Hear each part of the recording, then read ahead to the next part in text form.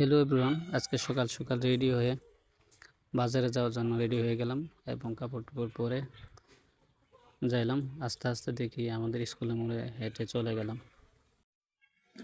ওইখানে গিয়ে আমাদের স্কুলের চতুর্দিকে করলাম, দেখা যাক।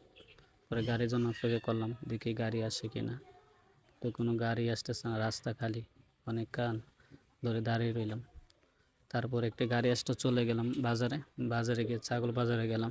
ছাগল কেনার জন্য অনেক দরদাম করলাম, কিন্তু ছাগল হইতেছে না। তারপরে বইসা রইলাম অনেকক্ষণ, ক্লান্ত হয়ে গেছে। তারপরে বইসা রইলাম, বইসা আবার গেলাম গরুর বাজারে। গরু দেখতেছি, গরু নিয়ে কিনতে পারি, কিন্তু গরু কোনো কেনার মতো কোনো কিছু হচ্ছে না, দাম দর বনতেছে না। অনেকক্ষণ অনেক গরু দেখে, কিন্তু গরু তো আর বনতেছে না, তাই গরু আজকে কিনতে পারলাম না। অনেকক্ষণ অপেক্ষা করলাম, তবু দাম দর মিলতেছে না, তাই আজকে কিনতে পারিনি। সবাই ভালো থাকবেন।